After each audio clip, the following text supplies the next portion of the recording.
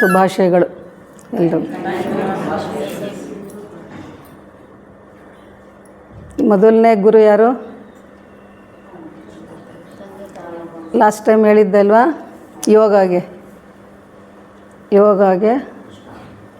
ಯಾರು ಫಸ್ಟು ಯೋಗ ಗುರು? ಜೋರಾಗಿ ಹೇಳಿದ್ದಲ್ಲ, ಜ್ಞಾಪಕ ಇಟ್ಕೊಂಡು ಹೇಳಿ. ಹಾಂ, ಶಿವ ಅಲ್ಲ? ಜ್ಞಾಪಕ ಬಂತ ಈಗ? ಶಿವ ಯಾರಿಗೆ ಬೋಧನೆ ಮಾಡಿದ್ದು ಫಸ್ಟು?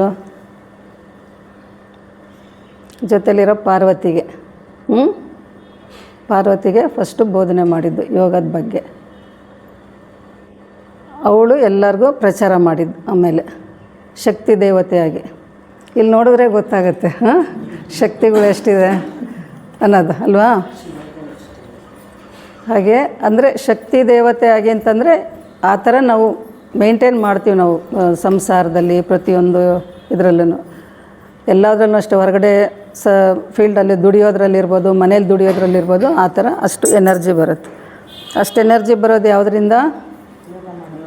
ಯೋಗ ಮಾಡೋದ್ರಿಂದ. ಮನಸ್ಸು ಆ ಥರ ಬರುತ್ತೆ. ಜಾಸ್ತಿ ಲೇಡೀಸ್ಗೆ ನಾನು ಚೆನ್ನಾಗಿರಬೇಕು, ನನ್ನ ಕುಟುಂಬ ಚೆನ್ನಾಗಿರಬೇಕು, ಎಲ್ಲ ಚೆನ್ನಾಗಿರಬೇಕು ಅನ್ನೋ ದೃಷ್ಟಿಯಿಂದ ನಾವು ಯೋಗಾಸನ ಕಲಿತಾ ಹೋಗ್ತೀವಿ. ನಂತರ ಯಾರು ಗುರು? ಪತಂಜಲಿ ಮಹರ್ಷಿಗಳು ಮಾನವ ಕುಲಕ್ಕೆ ಒಳಿತಾಗಲಿ ಅಂತ ಹೇಳಿಬಿಟ್ಟು ಇದನ್ನು ಯೋಗ ಸೂತ್ರದ ಮೂಲಕ ಇದನ್ನು ಪ್ರಚಾರ ಮಾಡಿದ್ದು. ಅವರು ತಗೊಂಬಂದಿದ್ದು ನಮಗೆಲ್ಲ ಒಳ್ಳೆಯದಾಗಲಿ ಅಂತ ಹೇಳಿಬಿಟ್ಟು. ಪತಂಜಲಿ ಮಹರ್ಷಿಗಳಿಗೆ ನಮಸ್ಕಾರ. ಮೊದಲು ಶಿವನಿಗೆ, ಪಾರ್ವತಿಗೆ ಮತ್ತು ಪತಂಜಲಿ ಮಹರ್ಷಿಗಳಿಗೆ ನಮಸ್ಕಾರ ಹೇಳಬೇಕು. ನಂತರ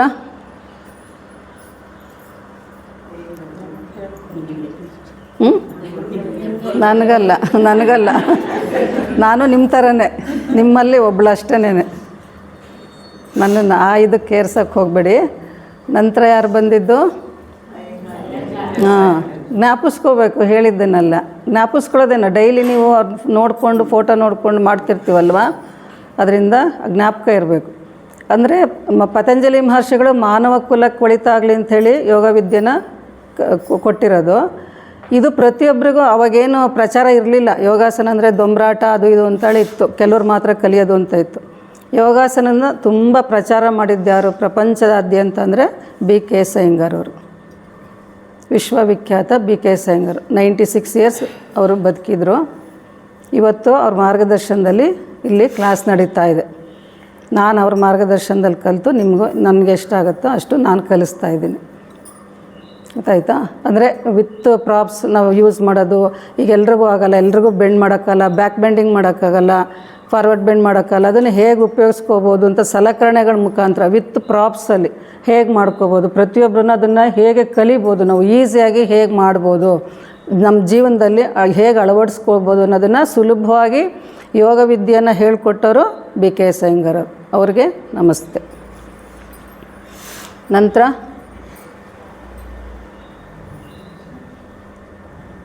ಯಾರಿಗೆ? ಅಲ್ವೇ ಅಲ್ಲ. ಹಾಂ, ಪ್ರಧಾನಮಂತ್ರಿ ಮೋದಿಜಿಯವರು. ಇದು ಏನು ಲೆಕ್ಕಕ್ಕೆ ಇಲ್ಲ. ಯೋಗ ವಿದ್ಯೆ ಅಂತಂದರೆ, ಯೋಗಾಸನ ಅಂದರೆ ಬರೀ ಇವ್ರಿಗೆ ಅಂತ ಸೀಮಿತ ಅಂತ ಇತ್ತು.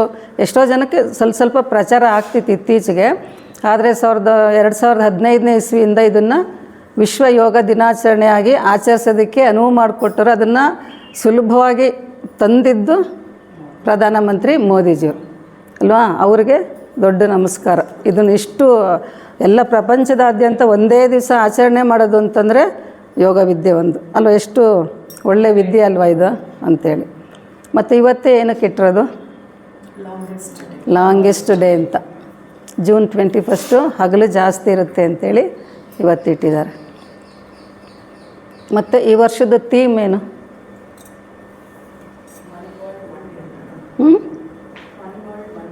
ಯೋಗ for one health one world. ಅರ್ಥ ಆಗಿದೆಯಾ ತುಂಬ ಜನಕ್ಕೆ ಏನು ಅಂತ?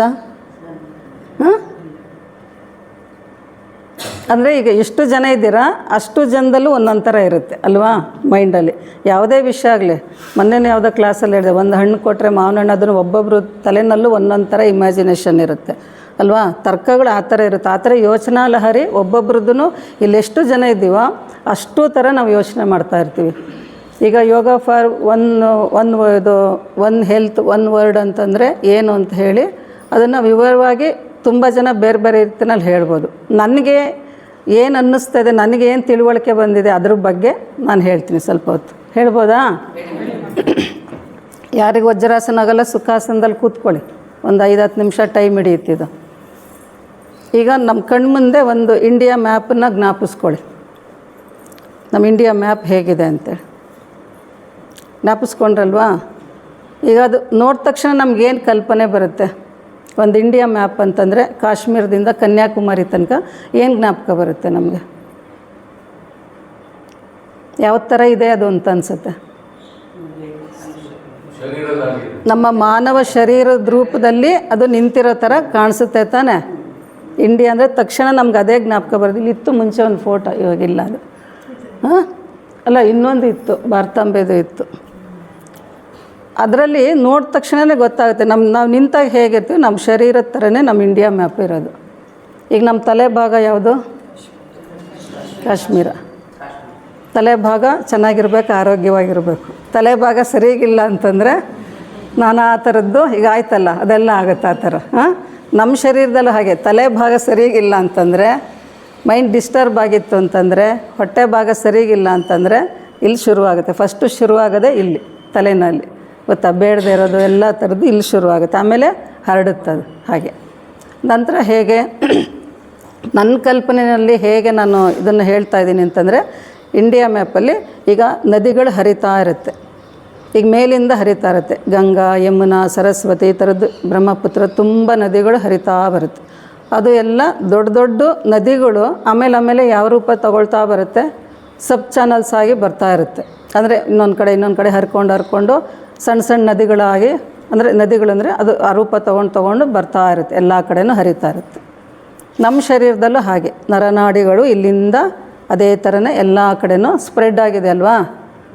ಗೊತ್ತಾಗುತ್ತಲ್ಲ ನಿಮ್ಗೆ. ಇದನ್ನು ನೋಡಿದ್ರೆ ನಿಮ್ಮದು ಸೈನ್ಸ್ ಎಲ್ಲ ಓದಿದ್ದೀರ, ಯಾವ ಥರ ನರಗಳು, ಬ್ಲಡ್ ವೆಸಲ್ಸು, ನರ್ವ್ ಸಿಸ್ಟಮ್ ಅದೆಲ್ಲ ಹೇಗೆ ನಮ್ಮ ಬಾಡಿನಲ್ಲಿ ಪಾದದ ತನಕ ಹೇಗೆ ಹರಡಿದೆ ಅನ್ನೋದು ಗೊತ್ತಾಗುತ್ತದು. ಈಗ ಅದು ಒಂದೊಂದು ಸಬ್ ಚಾನಲ್ಸ್ನಲ್ಲೂ ಏನಾಗುತ್ತೆ ಅಂತಂದರೆ, ಈಗ ಇತ್ತೀಚಿನ ದಿನಗಳಲ್ಲಿ ಅದು ಜಾಸ್ತಿ ಆಗಿದೆ. ಏನಂದರೆ ಈಗ ಅಲ್ಲಿ ನೀರು ಹರಿತಾ ಇದೆ ಅಂದ್ಕೊಳ್ಳಿ, ಅಲ್ಲೊಂದು ಏನಾದರೂ ಒಂದು ಬಿಸಾಕ್ತೀವಿ, ಅದು ಬ್ಲಾಕ್ ಆಗುತ್ತೆ. ಏನಾದ್ರು ಪ್ಯಾಕೆಟ್ ತೊಗೊಂಡೋಗ್ತೀವಿ, ಅಲ್ಲಿ ಹಾಕ್ತೀವಿ. ಟೀ ಕುಡ್ದಿದ್ದು ಕಪ್ ತೊಗೊಂಡೋಗಿ ಅಲ್ಲಿ ಹಾಕ್ತೀವಿ. ಅಂದರೆ ಎಲ್ಲ ಥರ ಹಾಕಿದಾಗ ಏನಾಗುತ್ತೆ, ಅಲ್ಲಿ ಬ್ಲಾಕ್ ಆಗ್ತಾ ಬರುತ್ತದು. ಏನು ನದಿ ಹರಿತಾ ಇರುತ್ತಾ ಸರಾಗವಾಗಿ, ಅದೇನು ತೊಂದರೆ ಇಲ್ದಲೇ ಅದೆಲ್ಲ ಅಲ್ಲಲ್ಲೇ ಸಣ್ಣ ಬ್ಲಾಕ್ ಆಗ್ತಾ ಬರುತ್ತೆ. ಸಣ್ಣದೇ ನೀವು ಬಿಸಾಕಿ ಒಂದಿಷ್ಟು ದಪ್ಪ ಕಲ್ಲು ಹಾಕಿದ್ರೆ ಸಣ್ಣ ಜರಿ ಹರಿತಾ ಇರುತ್ತಲ್ಲ, ಅಲ್ಲದು ಬ್ಲಾಕ್ ಆಗುತ್ತೆ. ಮತ್ತು ಹಾಗೇ ಅದು ಎಲ್ಲ ಕಡೆನೂ ಹಾಗೇ ಬೇರೆಯವ್ರು ಹಾಕ್ತಾರೆ, ಇನ್ನೊಬ್ರು ಅವ್ರು ಬಿಸಾಕಿದ್ರಲ್ಲಿ ನಾವು ಹಾಕೋಣ ಅಂತ ಎಲ್ಲ ಅದೇ ಥರ ಹಾಕ್ಕೊಂಡು ಬರ್ತೀವಿ. ಎಲ್ಲ ಕಡೆ ಸಣ್ಣ ಬ್ಲಾಕೇಜಸ್ ಆಗ್ತಾ ಬರುತ್ತೆ ನದಿಗಳಲ್ಲಿ. ಅದೇ ಥರ ನಮ್ಮ ಶರೀರದಲ್ಲೂ ಬ್ಲಾಕೇಜಸ್ ಆಗುತ್ತೆ. ಅದು ಹೇಗೆ ಅಂತ ಆಮೇಲೆ ಹೇಳ್ತೀನಿ. ಆಮೇಲೆ ಅದೇನಾಗುತ್ತೆ, ದೊಡ್ಡ ಇದು ಮೂಟೆಗಳ ಥರ, ಬ್ಯಾಗ್ ಥರ ಎಲ್ಲ ತೊಗೊಂಡೋಗಿ ಹಾಕಿ ಅದೆಲ್ಲ ಒಂದು ಕಡೆ ಶೇಖರಣೆ ಆಗಿ ಮಧ್ಯಪ್ರದೇಶಕ್ಕೆ ಬರುತ್ತೆ. ಗೊತ್ತಾಯ್ತಾ? ಎಲ್ಲ ಕಡೆ ಶೇಖರಣೆ ಆಗಿ ಬರುತ್ತಲ್ಲ, ಇಲ್ಲೆಲ್ಲ ಕಟ್ಕೊಳುತ್ತಲ್ಲ ಚೇಂಬರ್ಸ್ಗಳೆಲ್ಲ, ದೊಡ್ಡ ಚಾನಲ್ ಆ ಥರ ಎಲ್ಲ ಬಂದು ಸೇರ್ಕೊಳ್ಳುತ್ತೆ, ಮಧ್ಯಪ್ರದೇಶದಲ್ಲಿ ಸೇರ್ಕೊಳ್ಳುತ್ತೆ. ಅಲ್ಲೆಲ್ಲ ಬ್ಲಾಕೇಜಸ್ ಇರುತ್ತಲ್ಲ, ಅದನ್ನೊಂದು ಡ್ಯಾಮ್ ಅಂತ ಕಲ್ಪನೆ ಮಾಡ್ಕೊಳ್ಳೋಣ ನಾನು, ಅಲ್ವಾ? ಒಂದು ಡ್ಯಾಮ್ ಒಳಗಡೆ ಎಲ್ಲ ಬಂದು ಕಸ ತುಂಬ್ಕೊಂಬಿಟ್ಟಿದೆ, ಅದನ್ನು ತೆಗಿಯೋಕ್ಕಾಗಲ್ಲ, ಅಷ್ಟು ಕಸ ಸೇರ್ಕೊಂಬಿಟ್ಟಿದೆ ಅದರಲ್ಲಿ. ಈಗ ಅವ್ರು ಗೇಟ್ ತೆಗೆದ್ರೂ ಅದು ಹೋಗೋಕ್ಕಾಗಲ್ಲ ಸರಾಗವಾಗಿ, ಆ ಥರ ಇರುತ್ತೆ ಕಸಗಳಲ್ಲಿ ಮಧ್ಯಪ್ರದೇಶದಲ್ಲಿ ನಾನು ಹೇಳ್ತಾ ಇರೋದು. ಗೊತ್ತಾಯ್ತಾ? ಅದೊಂದು ಡ್ಯಾಮ್ ಅಂತ ತಿಳ್ಕೊಳ್ಳಿ. ಅವಾಗೇನಾಗುತ್ತೆ, ಅದು ಬೇರೆ ಕಡೆ ಹರಿಯೋಕ್ಕಾಗಲ್ವಲ್ಲ, ಇಲ್ಲಿ ತನಕ ಬರಲ್ಲ ಅದು, ಎಲ್ಲಿ ನಮ್ಮ ರಾಜ್ಯ ತನಕ ಬರಲ್ಲ ಅದು ನೀರು, ಸರಾಗವಾಗಿ ಹರಿಯಲ್ಲ. ಅವಾಗೇನಾಗುತ್ತೆ, ನೀರು ಬೇಕಲ್ಲ ನಮಗೆ, ಏನಾಗುತ್ತೆ, ಎಲ್ಲ ಭೂಮಿ ಎಲ್ಲ ಒಣಗ್ತಾ ಇರುತ್ತೆ, ಫಸಲೆಲ್ಲ ಒಣಗ್ತಾ ಇರುತ್ತೆ, ನಮಗೂ ನೀರು ಸಿಕ್ಕೋದಿಲ್ಲ, ಎಲ್ಲ ಒಣಗ್ತಾ ಬರುತ್ತೆ. ಹಾಗೆ ಈಗ ಹೇಗಿದೆಲ್ಲ ಒಣಗ್ತಾ ಬರುತ್ತೆ ಅಂತಂದರೆ, ಈಗ ನಮ್ಮ ಶರೀರದಲ್ಲೂ ಹಾಗೇ ಸಣ್ಣದು ನರಗಳ ಸಿಸ್ಟಮಲ್ಲಿ ಇದೆಯಲ್ಲ, ಅದೆಲ್ಲ ಹೇಗೆ ಕಸ ಸೇರ್ಕೊಳ್ಳುತ್ತೆ ಅಂತಂದರೆ, ಈಗ ಯಾರೋ ಏನೋ ಒಂದು ಹೇಳ್ತಾರೆ, ನೀನು ಸರಿಗಿಲ್ಲ ಅಂತ ಹೇಳ್ತಾರೆ, ಅದೊಂದು ಕಸ. ಗೊತ್ತಾಯ್ತಾ? ನೀನು ಹೀಗೆ ಮಾಡಿದೆ ಅಂತಾರೆ, ಅದೊಂದು ಕಸ. ಮನೇಲಿ ಏನೋ ಜಗಳ ಆಗುತ್ತೆ, ಅದೊಂದು ಕಸ. ಸರಿಗಿದ್ರೂ ಇನ್ನೊಬ್ರು ಯಾರೋ ಹೇಳ್ತಾರೆ, ನಾನು ಸರಿಗಿದ್ದೀನಲ್ವ, ಇವರೇ ಹಾಕಿ ಹೇಳಿದ್ರು, ಅದೊಂದು ಕಸ. ಈ ಕಡೆ ಟರ್ನ್ ಮಾಡ್ಕೊಳ್ಳಿ ಸ್ವಲ್ಪ, ನೀವು ಎಲ್ಲರೂ ಹಿಂಗೆ ತಿರ್ಕೊಳ್ಳಿ, ಅವಾಗ ಈಸಿ ಆಗುತ್ತೆ. ಭಾಗ್ಯನ. ಈ ಥರ ಪ್ರತಿಯೊಂದೂ ಈಗ ಅಕ್ಕಪಕ್ಕದವ್ರು ಏನೋ ಹೇಳ್ತಾರೆ, ಆಫೀಸಲ್ಲಿ ಏನೋ ಹೇಳ್ತಾರೆ, ಸ್ಕೂಲು ಕಾಲೇಜ್ಗಳಲ್ಲೇ ಏನೋ ಹೇಳ್ತಾರೆ, ಅದನ್ನೆಲ್ಲ ನಾವೇನು ಮಾಡ್ತೀವಿ, ತೊಗೊಳ್ತಾ ಹೋಗ್ತೀವಿ, ಸುಪ್ತ ಮನಸ್ಸಿಗೆ ಅದನ್ನು ಹಾಕ್ಕೊಳ್ತಾ ಹೋಗ್ತೀವಿ. ಅದೆಲ್ಲ ಬ್ಲಾಕೇಜಸ್, ಅದು ಸಣ್ಣ ಸಣ್ಣ ಸಣ್ಣ ಪಾರ್ಟಿಕಲ್ ಥರ ಎಲ್ಲೋಗಿ ಸಣ್ಣ ಸಣ್ಣ ನರಗಳಿರುತ್ತಲ್ಲ ಅದರಲ್ಲೆಲ್ಲ ಬ್ಲಾಕ್ ಆಗ್ತಾ ಬರುತ್ತೆ.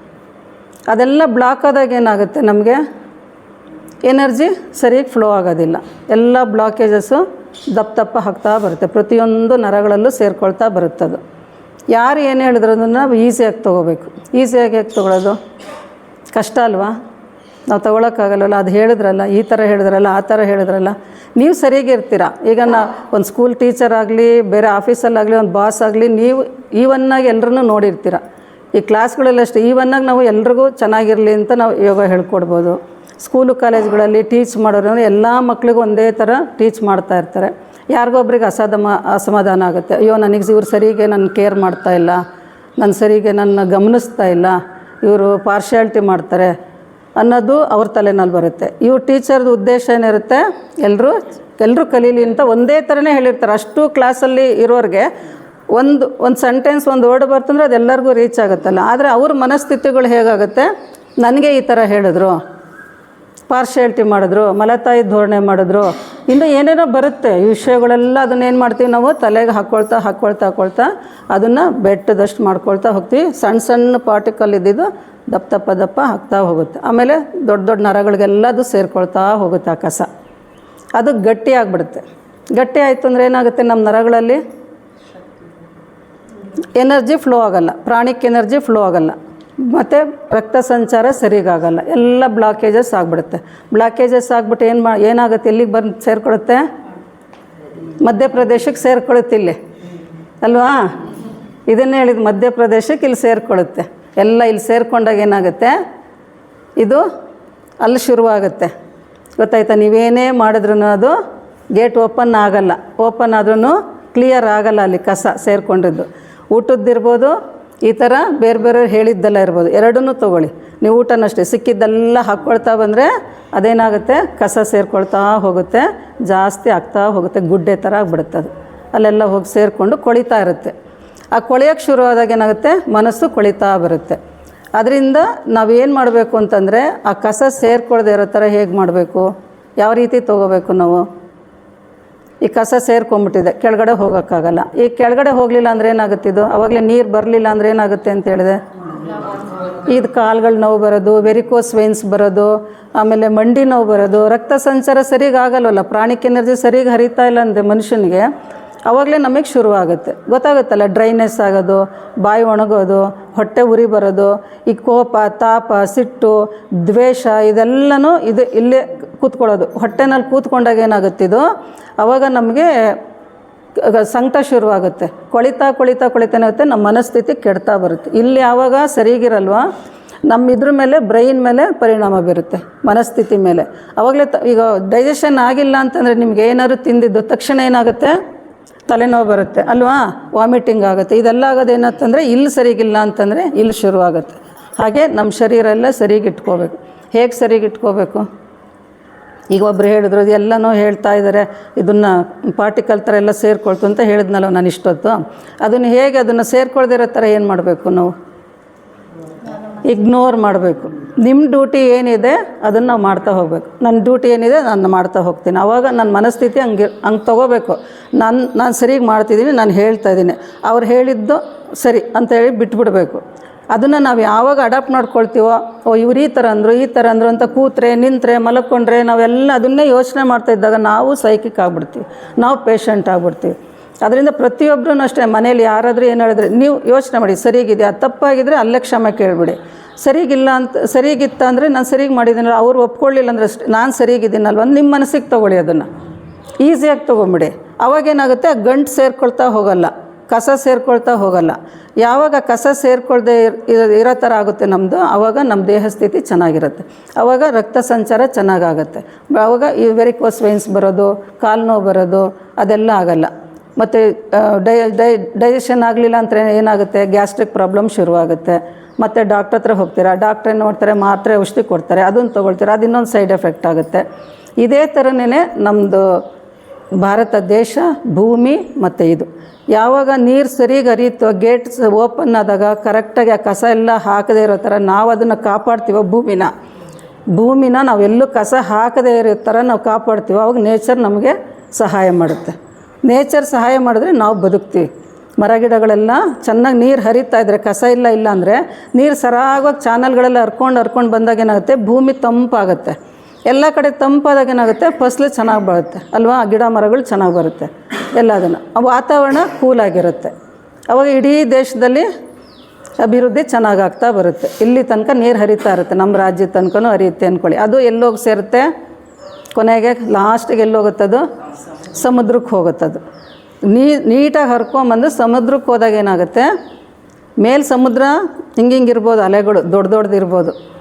ಆಳದಲ್ಲಿ ಹೋದಾಗ ಏನಾಗುತ್ತದು, ಶಾಂತವಾಗಿರುತ್ತೆ. ಸಮುದ್ರ ಆಳದಲ್ಲಿ ಶಾಂತವಾಗಿರುತ್ತೆ. ಹಾಗೆ ಇದು ನೀರು ಸರಾಗವಾಗಿ ಹರ್ಕೊಂಡೋಗಿ ಹೇಗೆ ಶಾಂತವಾಗುತ್ತೋ, ನಾವು ಯೋಗಾಸನ, ಪ್ರಾಣಾಯಾಮ ಇದೆಲ್ಲ ಮಾಡ್ತಾ ಇದ್ದಾಗ ಏನಾಗುತ್ತೆ, ನಮ್ಮ ಮನಸ್ಸಿನಲ್ಲಿರುವ ದೈಹಿಕವಾಗಿರ್ಬೋದು, ಮಾನಸಿಕವಾಗಿರ್ಬೋದು, ಇದೆಲ್ಲ ಏನಾಗುತ್ತೆ, ಕೊಳೆಗಳನ್ನೆಲ್ಲ ತೊಳ್ಕೊಂಡು ಹೋಗುತ್ತೆ. ಆವಾಗ ಪ್ರಾಣಿಕ್ ಎನರ್ಜಿ ಚೆನ್ನಾಗಿ ಹರಿಯುತ್ತೆ. ಪ್ರತಿಯೊಂದು ನರ್ವ್ ಸಿಸ್ಟಮಲ್ಲೂ ಚೆನ್ನಾಗಿ ಹರಿದಾಗ ಏನಾಗುತ್ತೆ, ಅದು ಬ್ಲಡ್ ಚೆನ್ನಾಗಿ ಫ್ಲೋ ಆಗುತ್ತಲ್ಲ, ಆವಾಗ ನಮ್ಮ ಕಾಲು ನೋವು ಇರೋದಿಲ್ಲ, ಏನೂ ಇರೋದಿಲ್ಲ. ಆಗೇನಾಗುತ್ತೆ, ನಮ್ಮ ಮನಸ್ಥಿತಿ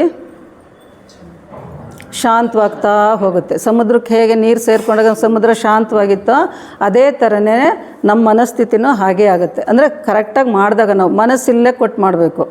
ಯೋಗ ಅಂದ್ರೇನು? ಯೋಗ ಅಂದ್ರೆ ಏನು ಹೇಳಿ? ಗೊತ್ತಿದೆ ಅಲ್ವ ಎಲ್ರಿಗೂ? ಗೊತ್ತಿಲ್ವಾ?